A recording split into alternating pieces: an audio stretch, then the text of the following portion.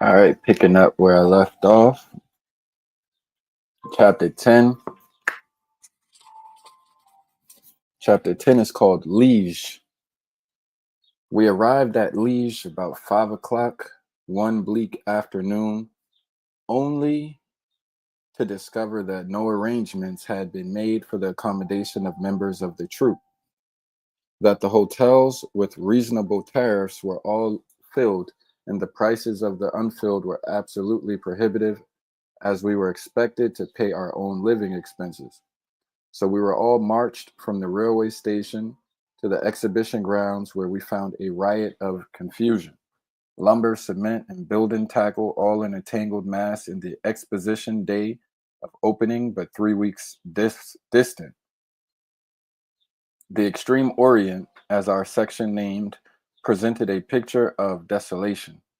The theater was only half completed, but fortunately for us, the roof was in place, and here our groups, to the number of 25, complete with baggage, were unceremoniously dumped until our managing director sallied forth in search of private lodgings. Our batch of sandwiches and fruit had been consumed while our train remained in the Brussels railway station. Fortunately, a few of us principals who possessed no stock of food supplies hied us to local restaurants where we dined wisely and well. This move was necessary. We knew that until sleeping accommodation had been secured, it would be rather unsafe to leave our baggage to the mercy of unknown night workers in the exhibition grounds. Okay, I'm trying to still get reminded and caught up to speed. What exactly is going on? I'm looking. I see he's talking about Hindus and Chinese. So let's see what this is talking about. About 10:30, the responsible management returned, complete with guides and lanterns. The section had been in total darkness from sundown, and those who stuck it out felt as though they had fasted for a month. We were immediately piloted to our several lodgings, where those who were fortunate procured a food of sorts. Many of the group who knew not French retired hungry and weary to such beds as were available. I did not rest nor sleep a wink throughout that night of torture. An army of hungry vermin descended upon me and proceeded to enjoy a welcome banquet which kept me busy slaughtering legions of bloodthirsty insects, which were determined to have my blood. At length, the dawn approached, and I joyfully wandered out to find a restaurant to repair the physical ravages of the night. I afterwards entered the exhibition grounds to look things over, and on passing through the main building, I encountered an old friend who was representing Bond Street firm of jewelers. He was busily superintending the placing of his showcases. I stood for a while watching the performance, and then I was discovered. There was mutual joy and greetings with an exchange of business inquiry. I unburdened my troubles, and he at once took me out and in a very short time secured me clean and comfortable lodging. On the following day, the stage of the theater being available, we proceeded to rehearse amid the din of hammers and never ending shouts of excited workers, which continued until the day of the official opening. During the interim, the denizens of our section arrived in batches. These included Chinese jugglers and acrobats, Indian fakirs, Egyptian dancing dervishes, and fire eaters, magicians, and artisans in metal, ivory, and woodwork. Native musicians accompanied each arriving group, and our section began to take on form and movement. Aha. So he's with the East Orient group, I think is what they were called. And that was interesting. These included Chinese jugglers and acrobats, Indian fakirs, Egyptian dancing dervishes, and fire eaters. So I know why they're called Easterners, and why they're grouped that way. It's because they had fluent trade relations with each other from China to Egypt. And I think that would be referred to at one point as a Silk Road, and then later it's traveling the Indian Ocean coast as far back as from my knowledge, in the 800s. So I'm guessing it goes way further back than that. Um, okay, so these included Chinese jugglers and acrobats, Indian fakirs, Egyptian dancing dervishes, and fire eaters, magicians, and artisans in metal, ivory, and woodwork. Native musicians accompanied each arriving group, and our section began to take on form and movement. And additional noise among the contending factions regarding their housing within the confines of our limited surroundings. Cooking facilities proved the prime bone of contention. Muslims would not cook with Hindus, and Chinese declined to cook with either. Aha. So the difficulty was eventually solved by allowing each group to cook outdoors in a special corner adjacent to its own appointed dwelling place. Different cultures. At length, all being temporarily settled, the section was duly opened to the public on the day succeeding the official opening.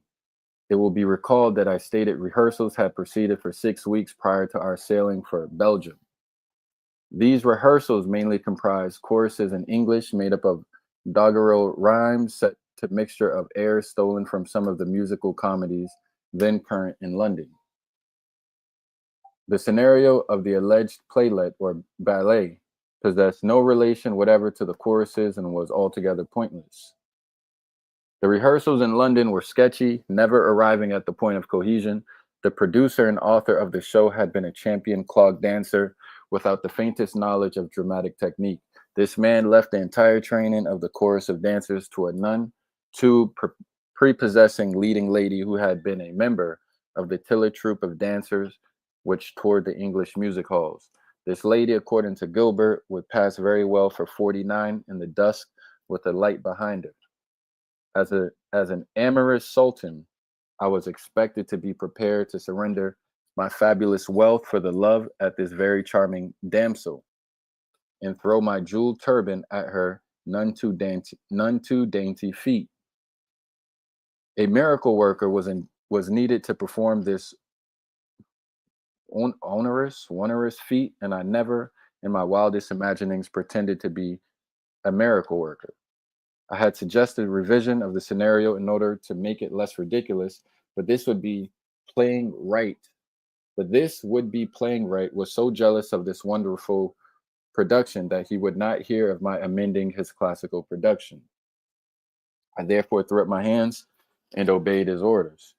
In London, I pressed for rehearsals in some form with the lady, but the champion clog dancer always met my requests with the assurance that everything would be all right when we got to Liège. The composer turned on his music at rehearsals. The conductor composer did turn on his music at Liège, but it proved to be the most senseless compilation I have ever heard. Nevertheless, as I possessed a 6 months contract, I determined to do my best in the interest of myself, my employers, and the art of which I was a humble exponent. The alleged ballet ambled on for 4 or 5 weeks, ceased to draw an audience, and died an inglorious death. Meanwhile, I had met many distinguished visitors of the exposition, including the late King Albert of Belgium, then Duke of Brabant, who frequently visited the expedition incognito. I also encountered a couple of Russian Grand Dukes who were doing the continent during the summer and took in the exposition in their stride. These grandees of Russia were rather frequent visitors to the financial benefit of the ladies of the chorus. As the Austrian Jew who held the concession for the Extreme Orient was a rather retiring individual, and my particular principal, the clog dancer, was quite out of his social element. Whenever I was absent from the stage, I was commandeered to the show to show the distinguished visitors around our section. This recalls a very remarkable experience of mine. This got me thinking about a lot of stuff. I got one more page. I could get there. Page and a half. My friend, of the Bond Street jewelry exhibit previously mentioned always joined me on a visit to the local races on Sunday afternoons during the suspension of my show until the evening performances.